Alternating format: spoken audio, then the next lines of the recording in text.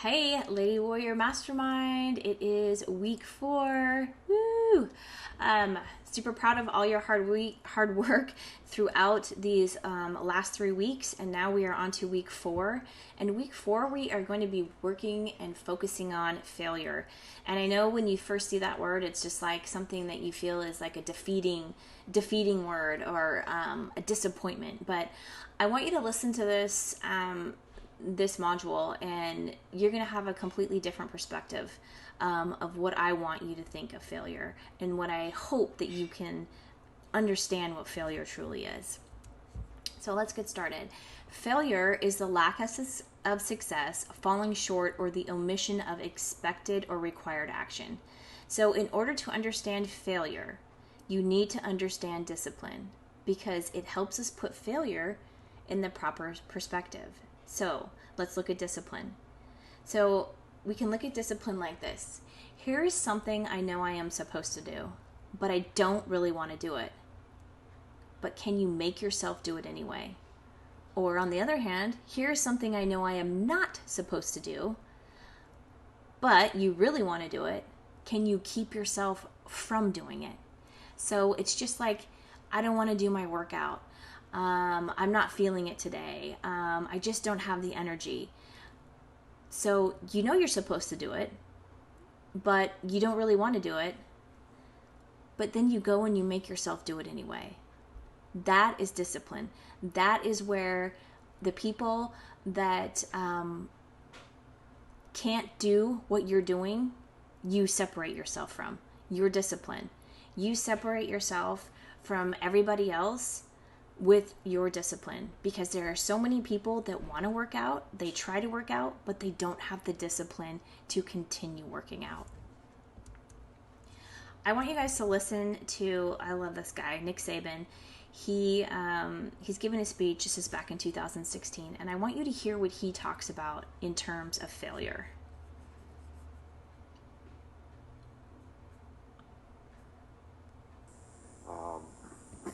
You have the right to fail. Each and every one of you have the right to fail. And I tell our players this all the time. You have the right to make the choices and decisions to fail. But you really don't have the right to make those choices and decisions that affect everybody else and cause them to fail. So you have to be responsible for your own self-determination in doing the right things. Now, but the individual makes the team what it is. It doesn't go the other way. It's not about, some people think that Alabama has a successful team, so if I join that team, I'm going to be successful. It's not how it goes. There's no I in team. I know you've heard that many times before, but there is an I in win.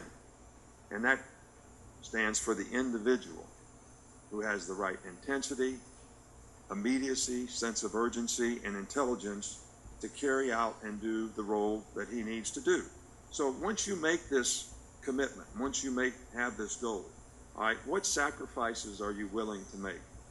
Because you're certainly going to have to make some if you want to accomplish something of significance. What skills are you going to have to acquire? Who are you going to have to work with to be able to acquire those skills? What obstacles are you going to have to overcome? And probably the biggest obstacle we all have to overcome is self-pity. Every time things don't go the way we think they ought to, we get what I call the poor me's. Poor me, I'm tired. Poor me, I'm sore. Poor me, I don't feel like doing this today. Poor me, I got sick when everybody else had a chance and I would have been able to succeed. There can be no poor me's. You have to be positive about the way you go about the habits that you need to create to accomplish the goals that you have. And because of that commitment, will you make the choices to do the right things, to be your best, and to care about other people? So I love how he says you have the right to fail, because you do. You have the right to fail.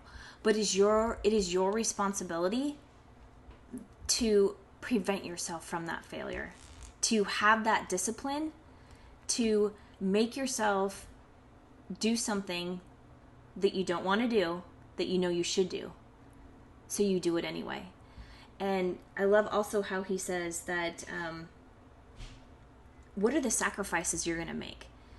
What are you going to sacrifice reach your goals, to continue on that journey, to see through, to your vision of what you have for yourself, because you're going to have to make sacrifices, and there's going to be skills that you have to acquire or hone in or get better at, whether it's, with a certain exercise, whether it's with your nutrition, whether it's with your cardio. There are going to be skills that you are going to have to really work on, and there are going to be things that you have to sacrifice. Are you going to be willing to sacrifice them to reach the goals that you want to reach? And that comes down to discipline. And that's also what I feel separates so many people when they start a health and fitness journey. Because if they don't have the discipline, what happens? They quit, they stop. And in their minds, they fail.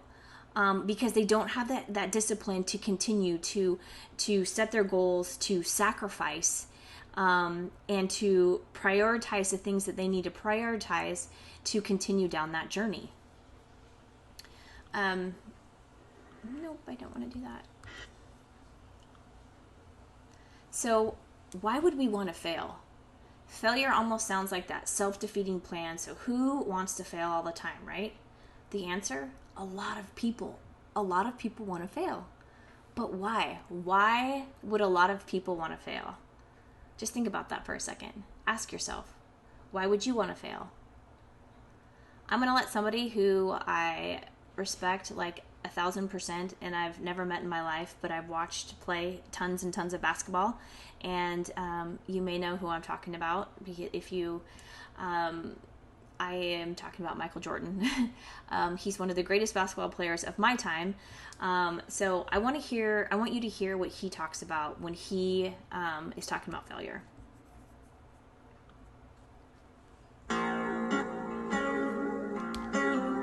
I've missed more than 9,000 shots in my career. I've lost almost 300 games. 26 times I've been trusted to take the game-winning shot and missed.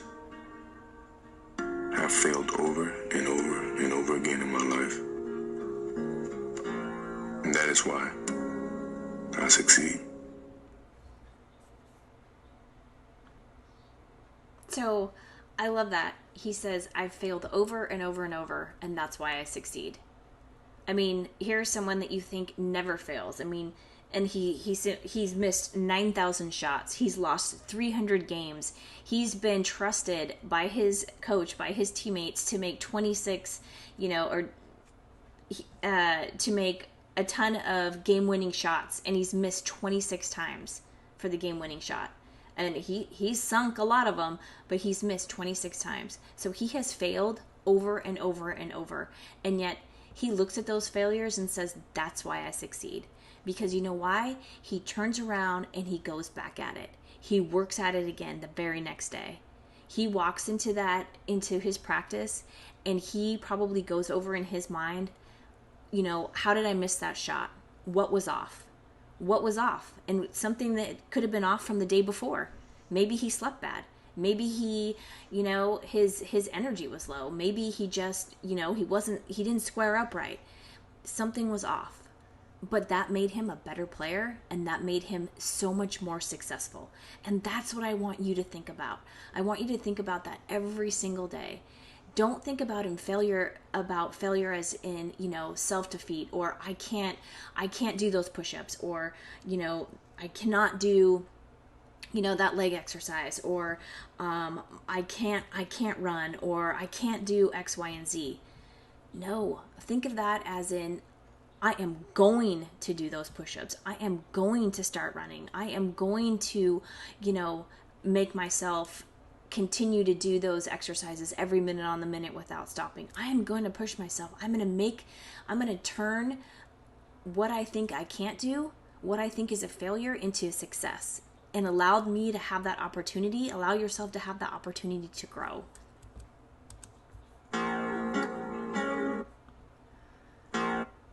So fitness is failure. In fitness, you train to fail, right? You hear the term all the time. I want you to go to failure. And that's a good thing. Training to failure means doing something over and over until you succeed, or you do as many reps that you physically can to complete, and you can't complete anymore. That you're training so hard, you're doing all those reps and you cannot do one more. That is training to failure, and that is success. The objective is to induce the most possible muscle growth and strength. So when you think of like those exercises where we do every minute on the minute, or as many reps as possible, those are examples of workouts that push you to failure. And in your mind, I want you to think, okay, I'm doing these bicep curls and I have to do them for 1 minute. And if it's been like, you have to rest at the 30-second mark, or you have to rest at the 45-second mark, and you're struggling to get to that 60-second mark, that is where you push and you have that discipline and you just keep going. You train to failure till you cannot do one more rep, or till that minute is up, and then you're just like, yes, I did it. That is training to failure. That is where you just feel like this huge accomplishment. You've accomplished so much, and it could just be in one exercise. You just go and you go and you go, and that failure becomes this huge success. So benefits of fitness failure is it boosts your strength levels. It crushes you through plateaus. You want to know how to burn through a plateau? You train to failure. You keep going until you cannot do anything more. It stimulates muscle growth. It increases your strength, and it helps to regulate your workouts. It improves your muscle endurance, and it strengthens and trains your mind. So you work harder than you could have ever imagined, because you are telling yourself, I'm going to keep going. I am going to keep pushing, and you push past that threshold. You get over that threshold, and it's like hearts and rainbows. You're there. You just keep going. And that feeling, I promise you, you're going to know it when you get there. You're going to know what pushing past that threshold feels like. And it's going to feel amazing. And it's going to also hurt. Not in a bad way, but it's going to be amazing.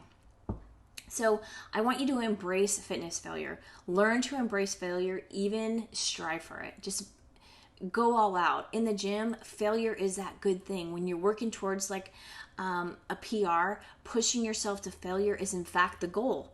That's the goal, pushing yourself to failure. So it's changing your mind to think about what failure truly is. It's a goal. It's an accomplishment. It's like when I tell you to change your mind when you look at, your nutrition and what you're fueling your body with. What are the things you're putting in your body that you want to get out of your body?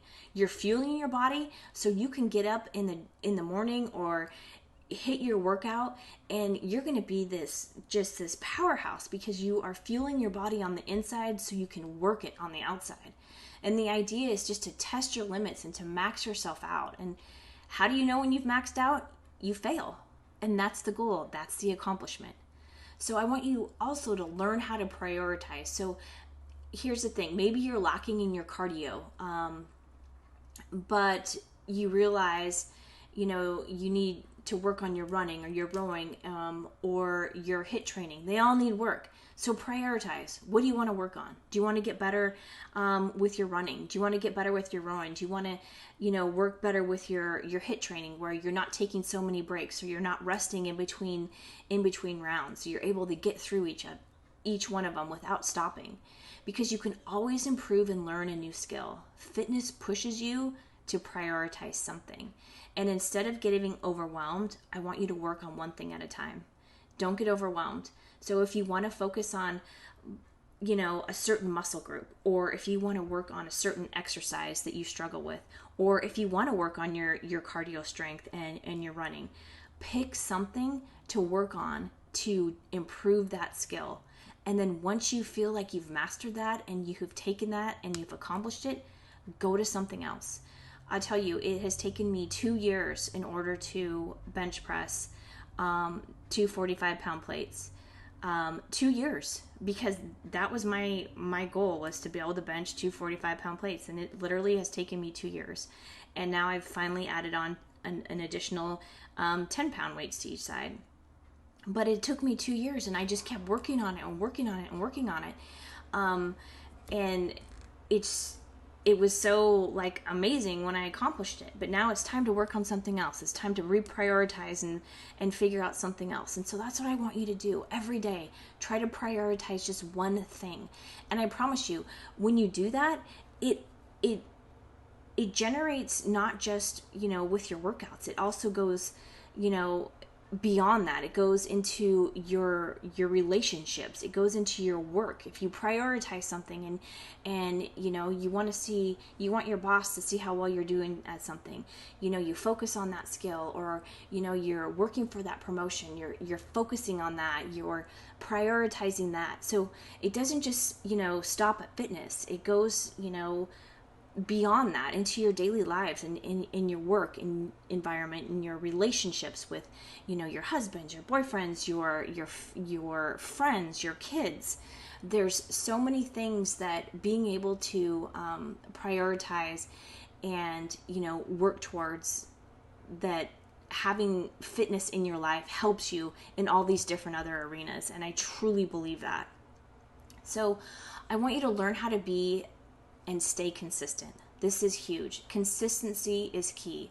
There's a saying in fitness: the only bad workout is the one that you didn't do. And how often, if you skip a workout, there's something off, or, even though you're like, oh my gosh, I don't have time, and you skip it, there's still something off with your day. And it's because you skipped your workout.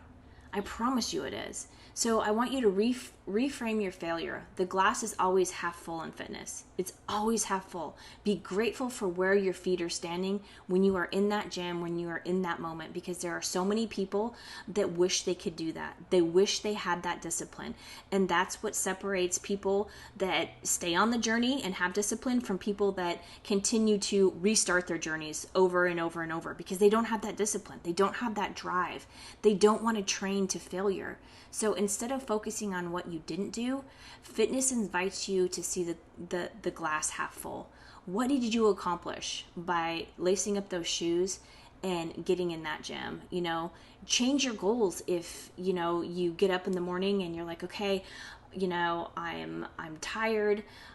So for these examples right here, assume you're working on breaking the 10-minute mile running barrier, but you don't feel like running fast that day. So change your goal, reshift the goal, get on the treadmill, turn on some music, listen to a podcast, whatever, and see if you can run 5 miles at a slower pace. So you're not running, the 10-minute mile, but you're running a longer distance at a slower pace. Change your goal and meet that. Or for another example, assume, it's leg day, and the day before you pushed yourself on the treadmill, you ran 10 miles, you're sore, you're tired, you're not feeling it. Yesterday's workout is still, impacting you. You haven't been able to recover. So what do? You adapt. You switch your workout. Do something else don't do legs that day if your legs are sore from yesterday, from your running, or from maybe doing, your HIIT workout. Save it for a different day. You don't have to go in there and do legs and then, your legs are sore, you get a bad workout, then you're just like, oh my gosh, I wasn't feeling it today. No, just adapt, switch your workouts, go do something else. You don't have to do legs that day. You can do something else. So prioritize, right? Okay, so I'm not going to do legs today. I'm going to go do back and biceps, or I'm going to do shoulders, and then I'll revisit legs, the next day, or maybe even the day after that when they're feeling fresh, and I know I'll be able to hit it hard and bust my butt and go to failure. So you can always change up your goals and prevent yourself from getting overwhelmed. The goal is to always have that discipline, to be consistent, because consistency is going to get results, and you're going to sacrifice something. You're going to sacrifice maybe more than one something, but it's all going to pay off in the end, because it's going to also help you when you're in a different situation, or you need to be mentally tough for something else, or you need to help somebody else. Being able to be disciplined is going to get you so much farther in life and reap so many other benefits that go beyond just, your health and fitness benefits. So remember, consistency is key. Discipline is when we know we should do something, we don't really want to, but we do it anyway. Or when we know that there's something that we should not do, but we want to do, but we keep ourselves from doing it. All right, guys, I hope you have a better picture of what failure truly is and how failing is actually success and is actually a goal that we train for every single day. All right, I will check you guys later.